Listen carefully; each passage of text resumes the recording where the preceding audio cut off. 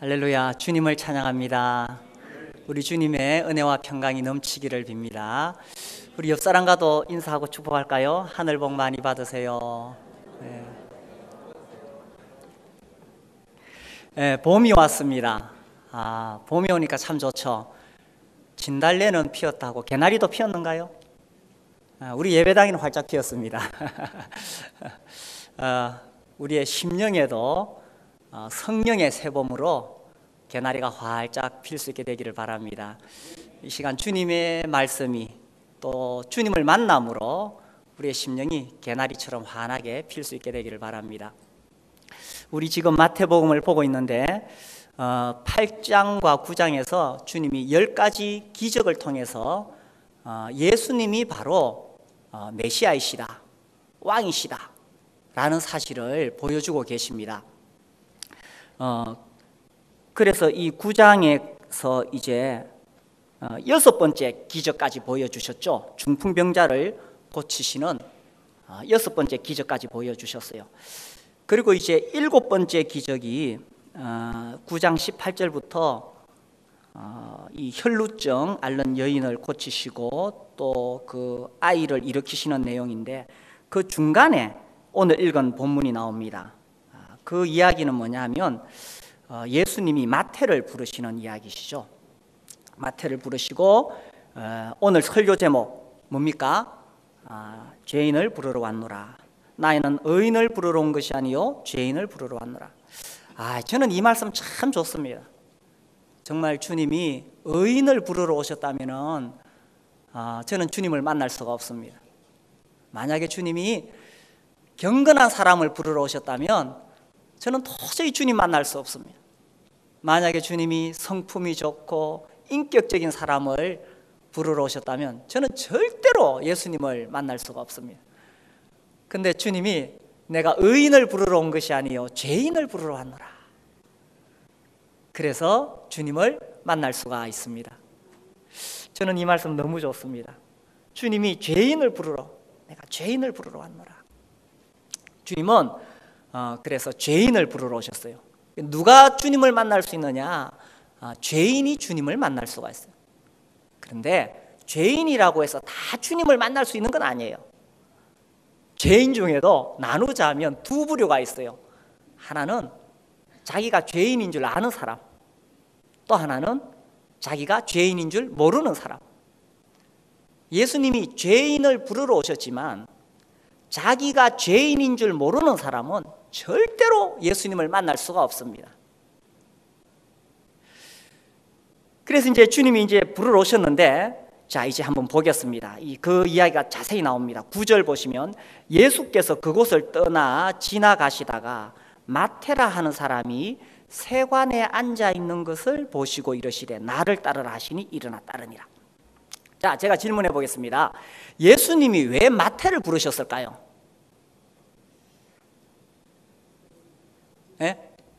왜 마태를 부르셨을까요? 예수님이 누구를 부르러 오셨다고요? 죄인을 부르러 오셨는데 마태를 딱 보니까 누굽니까? 죄인이라. 마태가 죄인인 것을 어떻게 알 수 있느냐?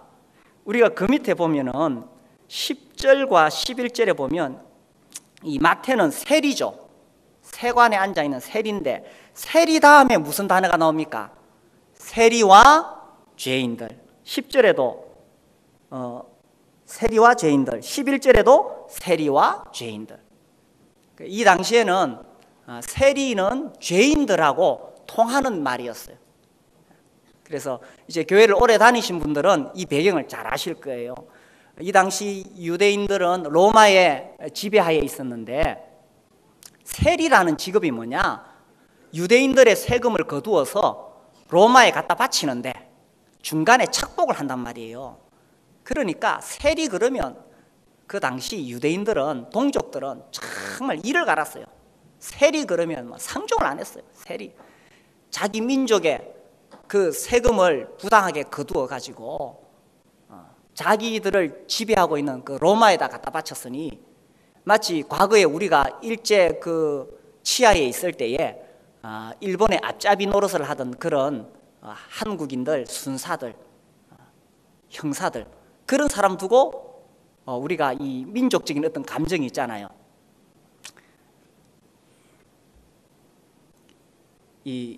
갑자기 이상재 선생님 이야기가 떠오르는데, 이상재 선생님이 이제 강의를 하려고 이렇게 하니까 무슨 소리 하는가 싶어가지고 일본에서 이 경찰들을 보냈어요. 이상재 선생님이 탁 오르시더니만 옷을 막 벗는 거예요. 아이고, 오늘 개나리가 활짝 피었네요 이러면서. 날씨가 덥네요. 그 당시에 일본 순사들을 나으리라고 불렀거든요. 그리고 형사들을 개라고 불렀거든요. 그만큼 감정이 안 좋았습니다. 그러니 이 세리라 그러면은 누가 봐도 죄인이었던 것입니다. 예수님이 왜 마태를 불렀느냐? 그가 죄인이니까. 그래서 사람들로부터 비난받고 손가락질 받았던 그 마태를 부르셨어요. 그렇게 부르셨는데, 근데 이 같은 죄인이라도 자기가 죄인이라는 사실을 아는 사람이 예수님 만날 수 있는 거예요. 아무리 죄인이라도 모르는 사람이 있어요. 우리 가끔씩 왜 그 TV나 이런 데서 보면 아주 흉악한 일을 저지르고도 전혀 그 자기가 잘못했다고 생각하지 않는 사람들이 있죠. 그런 사람들은 예수님을 만날 수가 없는 거예요. 근데 마태는 자기를 알았어요. 우리 그걸 어떻게 알 수 있느냐? 9절에 보니까 예수님이 나를 따르라 하시니 마태가 어떻게 했습니까? 일어나 따르니라. 마태가 예수님의 그 말씀에 적극적으로 따랐다는 것을 봤을 때 마태는 스스로 자기 자신을 알았습니다. 이게 이렇게 사는 게 아니야 라는 것을 알았습니다. 자기가 동족의 세금을 거두어서 자기는 나름대로 돈을 모으고 뭐 인간적으로 좋은 옷 사고 좋은 집 사고 물질의 풍요를 누리고 그렇게 살았겠지요. 그러나 양심 속에서 이게 아닌데, 이렇게 사는 게 아닌데 하는 갈등이 계속 있어 왔던 것입니다. 내가 인생을 이렇게 살면 안 돼. 그러다가 예수님에 대한 소문도 들었겠지요. 예수님이 어떤 분이신가. 그런데 놀랍게도 예수님이 자기에게 와서 나를 따르라 하시는 그 순간에 마태는 망설이지 않았다는 것입니다. 망설이지 않고 나를 따르라 하시니 일어나 따르니라. 마태는 여기서 망설이지 않았어요. 어쩌면 인간적으로 세상적인 물질의 부요는 누릴 수가 있었어요. 세상적인 풍요는 누릴 수가 있었어요. 그러나 그것이 인생 사는 것은 아니었다는 것입니다. 뭔가 더 가치 있는 인생이 있을 것이라고 생각했던 것입니다. 오늘날 우리 대한민국에 사는 현대인들은 정말 물질적인 풍요를 누리고 있습니다. 아이고, 이렇게 잘 먹고 잘 사는 세상, 그죠? 그러나 이것이 다가 아니라는 것입니다. 더 가치 있는, 더 귀한 삶이 있다는 것입니다. 주님은 우리에게 그런 인생을 살도록 하기 위해서 우리를 부르고 계신다는 것입니다.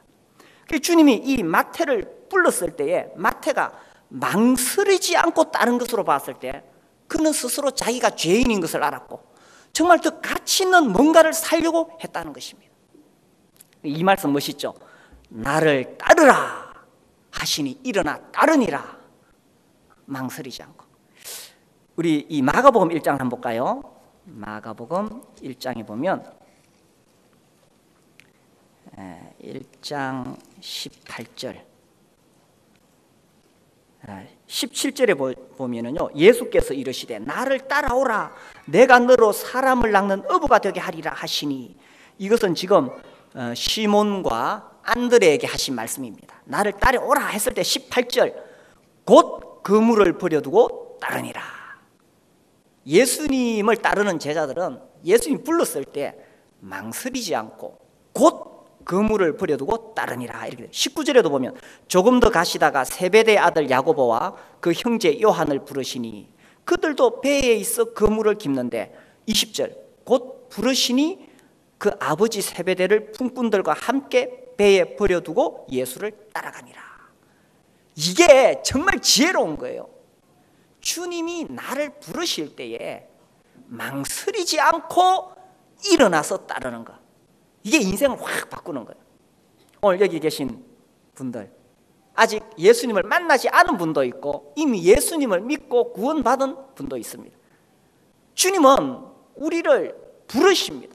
여러 가지 방법을 통해서, 여러 가지 상황을 통해서 우리를 부르시는데, 주님이 우리를 부르실 때 망설이면 늘 제자리인 거예요. 요것 좀 해놓고, 애 좀 키워놓고, 돈 좀 벌어놓고, 그러다가 평생 못 따라갑니다. 그러나 주님이 나를 부르시는 그 부르심이 있을 때에 곧 즉각적인 순종이 필요한 것입니다. 그래서 우리가 주님을 따라갈 때요, 남들 눈치 볼 거 없어요. 남들. 이 요한복음 잠깐 보겠습니다. 요한복음 22장에 보면, 요한복음 22장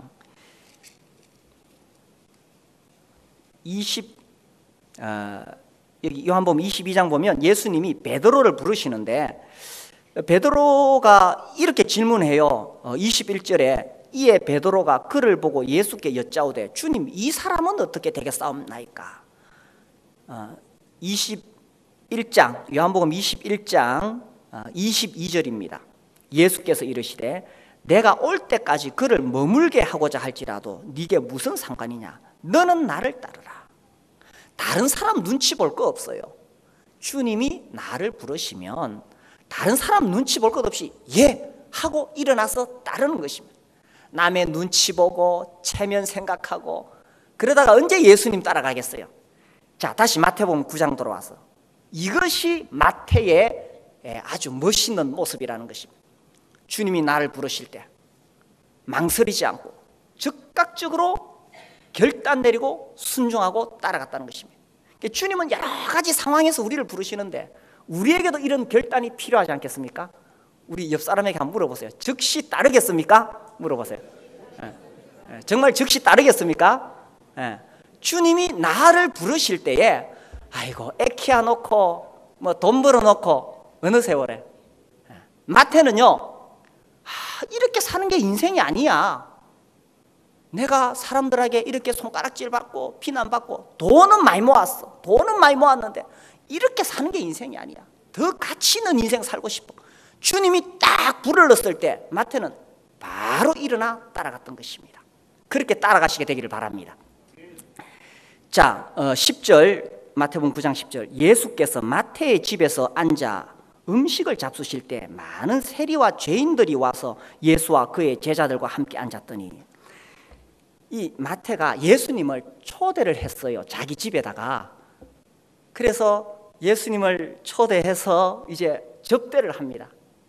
제가 이 마태의 마음을 한번 생각해 봤어요.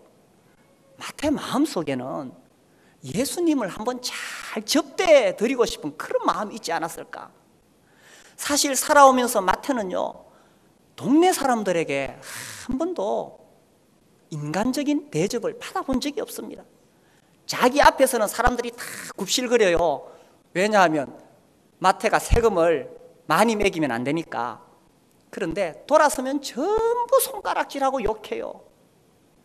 그래서 마태는 정말 살아오면서 지금까지 그런 인간적인 대우를 받아본 적이 없는데, 그 예수님이 오셔서는 나를 따르라. 그분의 눈빛, 그분의 음성, 그리고 그분이 어떤 분인지 알잖아요. 이미 예수님 다니던 그 주위에서 그 예수님은 정말 하나님이 보내신 선생이시고 메시아이시고, 그 예수님을 통해서 병들이 낫고 수많은 사람들이 따라가고, 예수님이 가르치는 그 말씀은 정말 하늘의 말씀이고, 그렇게 존귀하신 분이 오셔서 자기한테 인격적으로 대우해 줬다 이거예요. 정말 사람들은 다 비난해도 예수님은 자기를 인간 대우를 해줬다는 거예요. 이것이 얼마나 고맙고 감사했겠어요. 그래서 예수님을 모시고 정말 최고로 정성을 다해서 접대해 드리고 싶었던 것입니다. 이게요, 우리 주님은요, 주님은 사람을 외모로 보고 차별하지 않아요. 특별히 우리 주님은 세상에서 버림받고 손가락질 받는 사람을 우리 주님은 더 사랑하시고 주님은 더 가까이 하기를 원하세요. 우리 예수 믿는 사람들도요, 사람들 차별하면 안 돼요.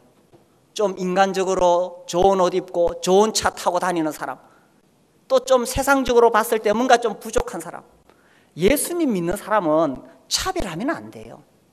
우리 주님도 사람 차별하지 않았어요. 특별히 우리 주님은 이런 마태와 같은 사람, 정말 비난받는 사람, 이런 사람 우리 주님은 가까이 하시고 제자로까지 불러주셨다는 거예요. 그래서 마태는 너무 고맙고 감사해서 잔치를 열었는데 그 자리에 자기 친구들도 데리고 왔어요. 이 마태 직업이 뭡니까? 세리. 그러니까 유유상종이라 세리들 많이 데리고 왔어요. 마태의 마음속에 이제 나는 예수님이 나를 불러주셨어. 나는 이제 예수님 따라갈 거야. 그리고 너희들도 나처럼 예수님 따라가지 않겠니? 이런 마음으로 이 잔치를 열지 않았겠어요. 자, 그런데 이 10절 보시면은 이 마태의 집에 지금 누가 초청이 되었습니까?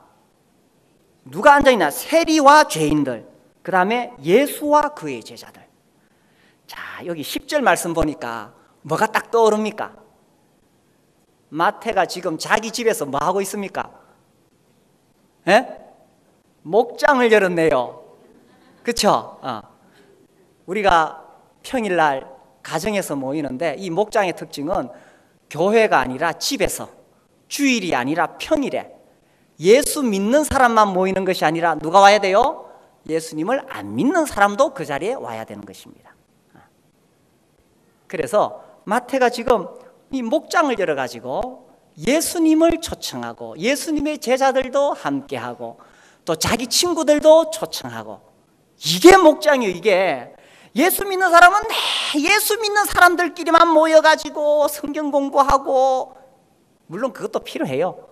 그러나 예수 믿는 사람들 모임 속에 예수님을 모르는 친구들을 데리고 와야 돼요. 마태는 직업이 세리다 보니까 세리들을 데려왔네. 이게요, 우리가 이 예수님 믿는 사람들 이걸 잘 분별해야 돼요. 우리가 세상으로부터 부름을 받았기 때문에 이제 더 이상 우리는 세상처럼 살면 안 돼요. 하늘의 거룩한 부르심을 받았기 때문에 하늘의 거룩한 부르심대로 살아야 돼요. 그렇기 때문에 이제는 세상과는 완전히 절교하고 그렇게 사는 것은 아니라는 거예요. 내가 왜 이 세상에 살아가면서 내가 왜 이 직장에 와 있지?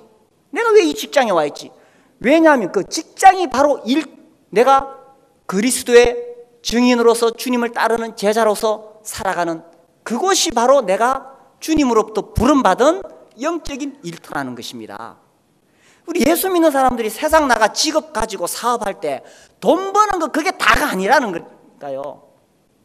내가 사업하는 그곳에서 주님이 마태를 나를 따르라 했을 때에, 물론 마태는 모든 것을 다 버리고 주님을 따랐지만 우리가 주님을 따른다는 것이 그러면 직업도 버리고 다 버리고 그냥 뭐 수도원에 들어가서 사는 겁니까?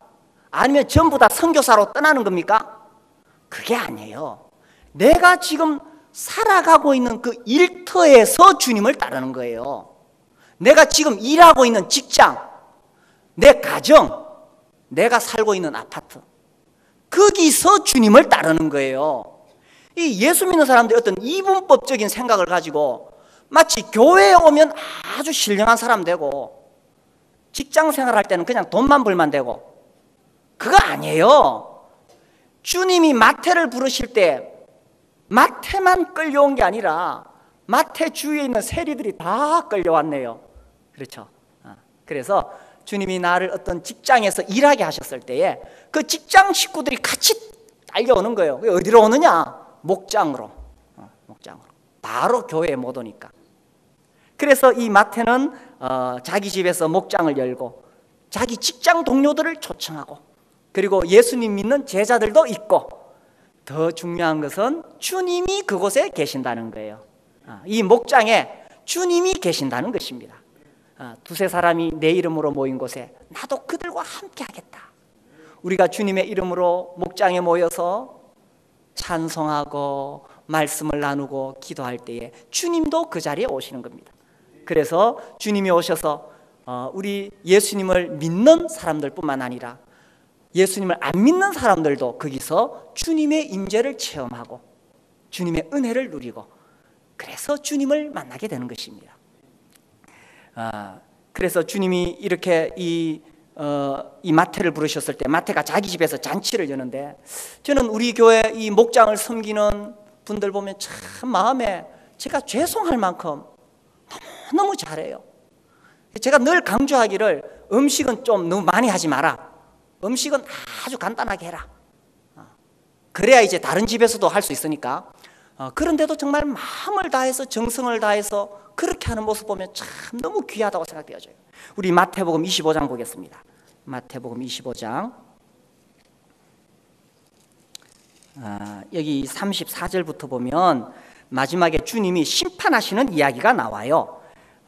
이 왕이 오셔서 이제 심판을 하시는데 35절, 내가 줄일 때에 너희가 먹을 것을 주었고 목마를 때에 마시게 하였고 나그네 되었을 때 영접하였고 헐벗었을 때에 옷을 입혔고 병들었을 때에 돌보았고 옥에 갇혔을 때에 와서 보았느니라. 이에 의인들이 대답하여 이르되 주여, 우리가 어느 때에 주께서 줄이신 것을 보고 음식을 대접하였으며 목마르신 것을 보고 마시게 하였나이까? 어느 때에 나그네 되신 것을 보고 영접하였으며 헐벗으신 것을 보고 옷 입혔나이까? 어느 때에 병드신 것이나 옥에 갇히신 것을 보고 가서 배웠나이까 하리니, 임금이 대답하여 이르시되 내가 진실로 너희에게 이르노니 너희가 여기 내 형제 중에 지극히 작은 자 하나에게 한 것이 곧 내게 한 것이니라. 우리가 복음을 전하기 위해서 우리 목장에 믿지 않는 친구들을 데리고 와서 그 친구들을 위로해주고 그들에게 음식을 접대하고 그들이 병원에 입원했을 때 가서 신방하고, 이렇게 한 것이 주님에게 한 것과 같다는 것입니다. 그래서 우리가 복음을 전하기 위해서 제가 이렇게 우리 목장에서 하는 거 보면 참 너무너무 감동이 되어져요. 정말 그 한 사람 복음 전하려고 정말 그 사람을 정말 VIP 대접을 해드리고 음식을 접대하고 그 집에 가서 일을 도와주고, 그게요 그 사람에게 한 것이 아니에요. 그게 바로 주님에게 한 것이에요. 주님에게. 나는 천국에 가면 틀림없이 상급의 차이가 있다고 믿어요.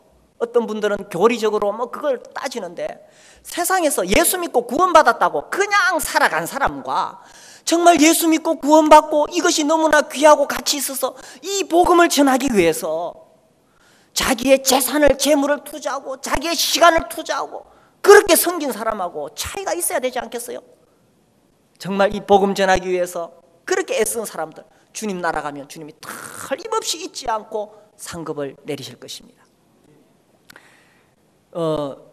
우리가 이 복음을 전하기 위해서 이 마태처럼 집을 열고 친구들을 초청해서 음식을 접대한 거요, 주님 절대로 잊지 않으십니다. 우리 마태복음 10장 보겠습니다. 마태복음 10장 42절에 보시면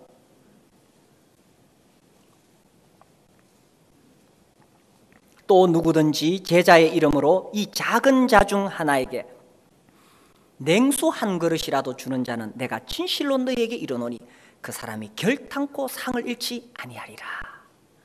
냉수 한 그릇 접대하는 것도 주님이 잊지 않으시겠다고 하신 것입니다.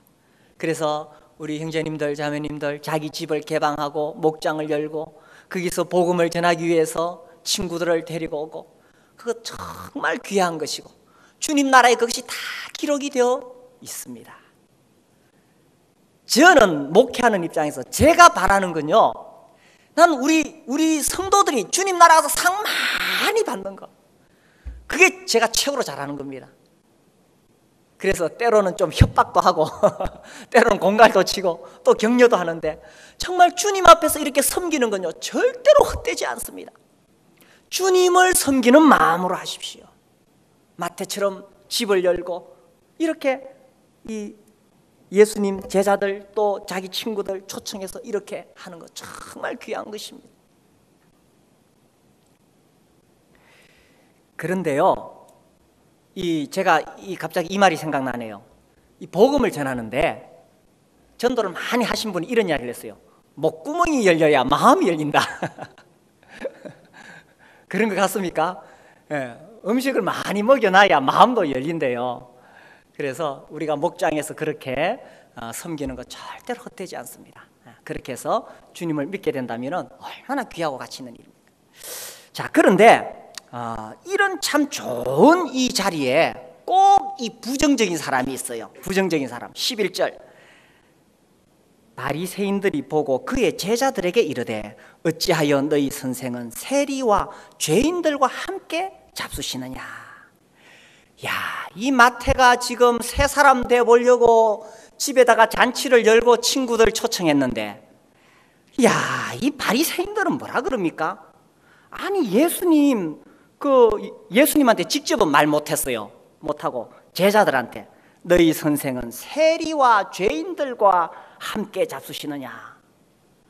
이 바리새인들은 거룩한 사람들이기 때문에 거룩한 사람들하고만 어울렸어요.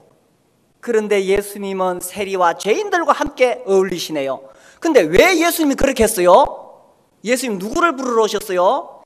죄인을 부르러 오셨기 때문에 예수님이 세리와 죄인들과 함께 한 것은 너무나 당연한데, 그리고 정말 세상에서 손가락질 받고 빛 없이 희망 없이 살아가던 그 사람들에게 주님이 빛이 되시고 그들에게 희망이 되시려고 그들과 함께 앉아 잡수시는 이 귀한 자리에 이 바리새인들은 오히려 주님을 비난하고 손가락질하고 있다는 것입니다.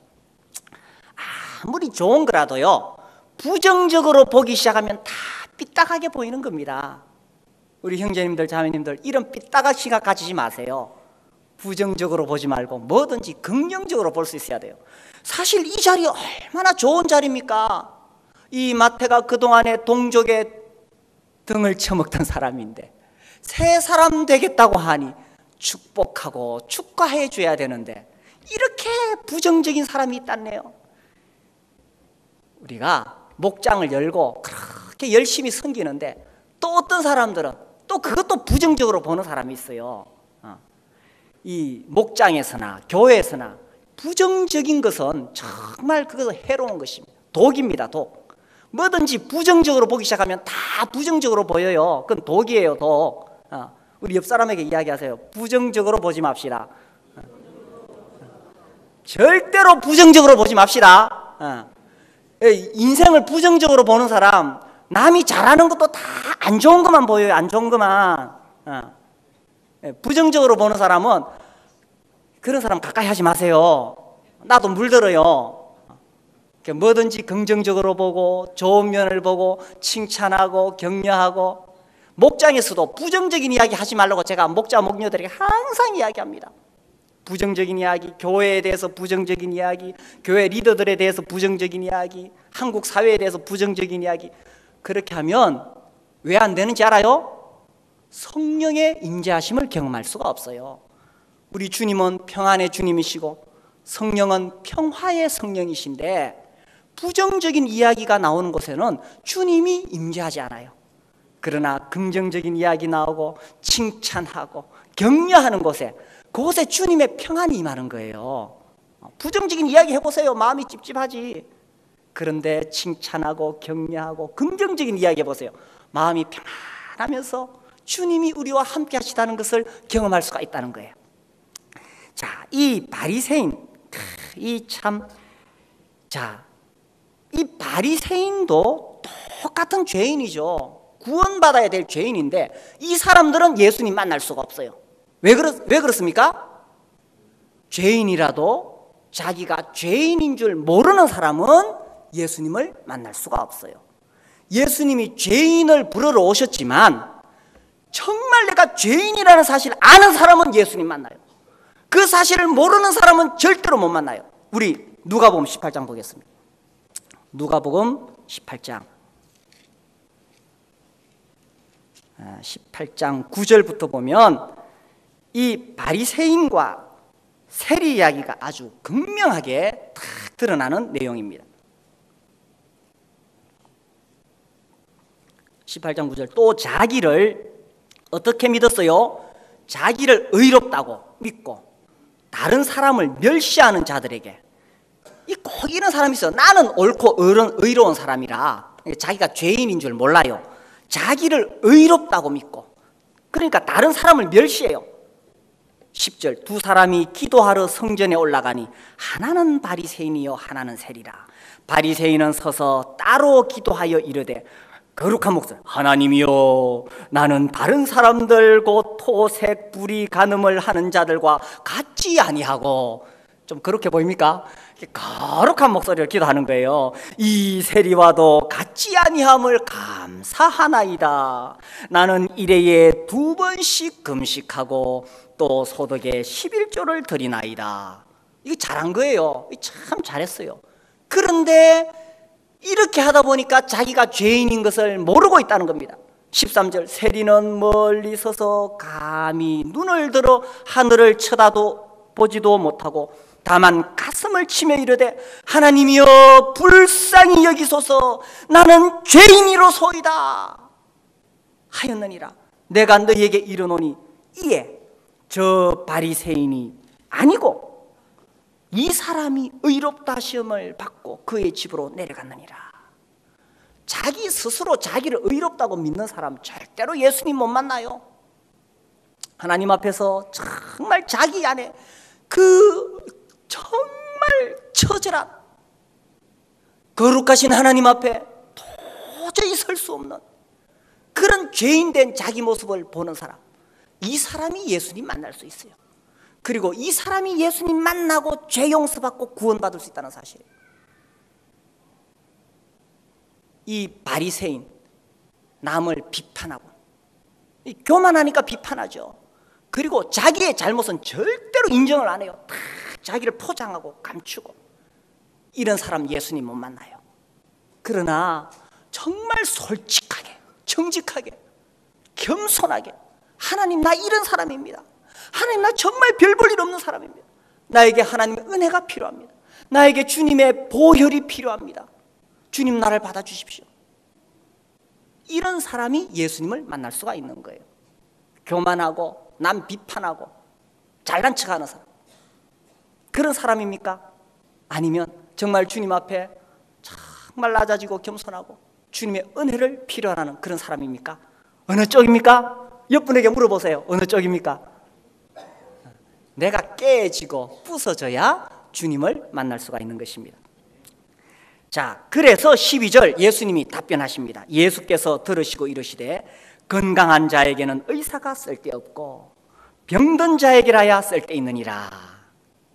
그렇습니까? 우리가 평소에는 의사 안 찾아요. 그런데 몸이 아프면 한번 아파 보세요. 의사가 정말 그립습니다. 의사가 얼마나 고마운지 모릅니다. 돈 아무리 달라해도 의사가 고마운 거예요. 아파 보면. 병든 사람이 정말 의사를 찾아요. 제가 어렸을 때 이런 유머가 유행했습니다. 병든 자여 내게 오라. 누가 말했을까요? 요즘 우리 학생들은 잘 이해 못할 거예요. 엿장수가 오라 그랬죠. 우리 어렸을 때는 빈병 들고 가면 엿 줬어요. 엿. 그래서 병든 자여 내게 오라. 근데 진짜로 병든 사람이 어디로 가야 되느냐? 의사에게 가는 거죠. 근데 병이 들어도 병든 사람이 다 의사에게 가는 게 아니에요. 누가 갑니까? 자기가 병든 줄 아는 사람이 의사에게 가는 것입니다.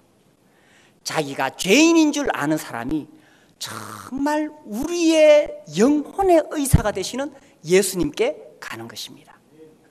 자기가 병든 줄 모르는 사람, 나는 아무 문제 없어, 뭐 우리 애들 잘 크고 있고, 뭐 또 내 남편 사업 잘하고 있고, 뭐 내 몸 건강하고, 또 내가 살아오면서 무슨 큰 죄를 지은 게 있나 어디, 내가 뭐 나도 내 양심대로 살아왔는데, 이런 사람은 예수님 만날 수가 없다는 것입니다.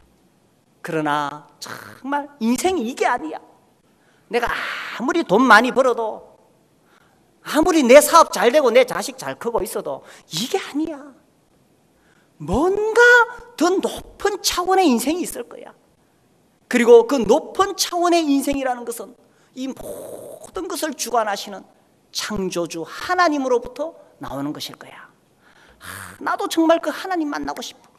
그러나 내 안에는 죄가 가득하고, 나는 정말 살아오면서 내 나름대로 양심대로 살아오려고 했지만 여전히 내 안에는 더러운 죄악이 가득해. 나에게는 내 죄를 씻어주실 구원자가 필요해. 이렇게 자기 영혼이 병든 줄 아는 사람이 예수님을 만날 수가 있다는 사실입니다. 그런데 이 바리새인은 그거 몰랐어요. 지 잘난 줄 알았어요. 그래서 예수님 13절에 이렇게 말씀하셨어요. 너희는 가서 내가 긍휼을 원하고 제사를 원하지 아니하노라 하신 뜻이 무엇인지 배우라. 제가 이번에 성경을 읽으면서 뜻이 무엇인지 배우라, 이 말씀을 주목해 봤어요. 뜻이 무엇인지 배우라. 우리가 이 뜻을 좀 배워야 돼요. 우리 주님은요, 긍휼을 베푸시는 주님이에요. 바리새인은 항상 율법적인 잣대로 이거는 옳고 이거는 틀렸고 딱 자를 들고 다니면서 자로 딱 재보, 요거는 잘못된 것이고 요것은 옳은 것이고 항상 이렇게 비판하고 비난하고, 이게 바로 바리새인의 율법적인 잣대라는 것입니다. 이 율법적인 잣대를 들고 다니면 절대로 긍휼을 베풀 수가 없어요. 저는 사실 좀 율법적인 남편인데, 제가 율법으로 아내를 보면 그게 싸우는 거예요. 제가 아내를 막 괴롭히는 거죠. 그런데 제가 성경을 많이 읽고 기도를 많이 해서 주님의 긍휼이 풍성해지면 그게 다 덮여요. 그래서 이 율법적인 잣대를 들고 다니는 사람은 항상 비판하는 거예요. 자식들도요, 부모 입장에서 그거 율법적인 잣대로 자식을 딱 재보세요. 이놈이 공부는 안 하고 맨날 텔레비만 보고 있고 스마트폰만 들고 있네. 짜증이 나죠. 직장에서도 마찬가지예요. 이 율법적인 잣대를 들고 가면 늘 비판하고 비난할 것밖에 없어요. 그래서 주님이 뜻이 무엇인지 배우라, 긍휼이 무엇인지 배우라, 이것을 몸소 주님이 보여주셨다는 거예요. 그래서 주님은 이 세상에 오셔서 잘하는 사람, 착한 사람, 의인을 부르는 것이 아니라 정말 긍휼이 필요한 사람, 용서가 필요한 사람, 격려가 필요한 사람, 그런 사람들을 찾아가시고 그런 사람을 부르신 거예요. 그래서 마태를 부르신 거예요. 손가락질 받던 세리. 그리고 마태의 집에서 마태가 이 세리와 죄인들을 초청했을 때 주님은 그들을 멀리하지 않았어요. 바리새인들은 그런 자리 절대로 안 가요. 그러나 주님은 그 자리에 가서 그들과 함께 음식을 먹고 그들과 대화를 나누시고 그들을 위로하시고 격려해 주셨다는 거예요. 뜻이 무엇인지 배우라. 긍휼의 뜻이 무엇인지 배우라. 만약에 주님이 율법적인 잣대로 들이댄다면 베드로는 다시는 용서받을 수 없는 죄인이에요. 예수님을 3번이나 부인했는데, 그러나 주님은 긍휼로 베드로를 대우하셨어요. 그래서 용서하시고 품어주시고 긍휼을 베푸신 거예요. 그래서 뜻이 무엇인지 배우라. 주님 말씀하시기를 나는 의인을 부르러 온 것이 아니요 죄인을 부르러 왔노라. 아멘. 얼마나 고마운 말씀입니까? 주님이 나는 경건한 사람을 부르러 왔노라, 나는 인품이 좋은 사람을 부르러 왔노라. 만약에 그렇게 말씀하셨다면 우리는 아무도 예수님 만날 수 없어요. 모르죠. 여기 계신 분들 중에는 좀 그런 자격을 갖춘 분이 있을지. 그러나 정말 거룩하신 하나님 앞에 설 수 있는 자격은 인간적으로는 아무도 없어요. 그래서 주님, 정말 나는 아무것도 아닙니다. 나에게는 주님의 긍휼이 필요합니다. 주님, 나는 죄인입니다. 주님의 보혈이 필요합니다. 주님은 이런 사람을 부르러 오셨다는 것입니다. 그래서 주님은 죄인을 부르러 오셔서 마태와 같은 사람, 저와 같은 사람을 부르시고, 그리고 이 죄인을 사랑하시고, 세상에 죄인을 사랑하는 사람이 어디 있을까요? 그러나 우리 예수님은 죄인인 우리를 사랑하시고, 그리고 죄인인 우리를 위해서 십자가에 못 박혀 죽으신 것입니다. 우리 죄를 씻어주기 위해서, 피로서만이 죄를 씻을 수 있기 때문에 우리 주님 십자가에서 피 흘리셔서 우리의 죄를 다 씻어주신 것입니다. 세상에 죄인을 위해서 대신 죽을 사람이 이 세상에 어디 있을까요? 그러나 가장 거룩하신 우리 주님께서 이 땅에 오셔서 내 죄를 대신해서 십자가에서 피 흘려 죽으심으로 그 피로 우리 죄를 다 씻어주셨다. 죄인을 부르러 오신 주님은 그래서 우리 죄인의 죄를 다 씻으시고 우리를 의롭다고 말씀해 주시는 것입니다. 참으로 감사한 주님이 아니시겠습니까? 이 주님을 따르지 않겠습니까? 주님 나를 따르라고 부르셨을 때 마태는 즉각 일어나서 순종했습니다. 지금 이 시간 우리에게 말씀하고 계십니다. 나를 따르라고 하십니다. 이 시간 주님을 따르지 않겠습니까? 우리 함께 일어나서 기도하겠습니다.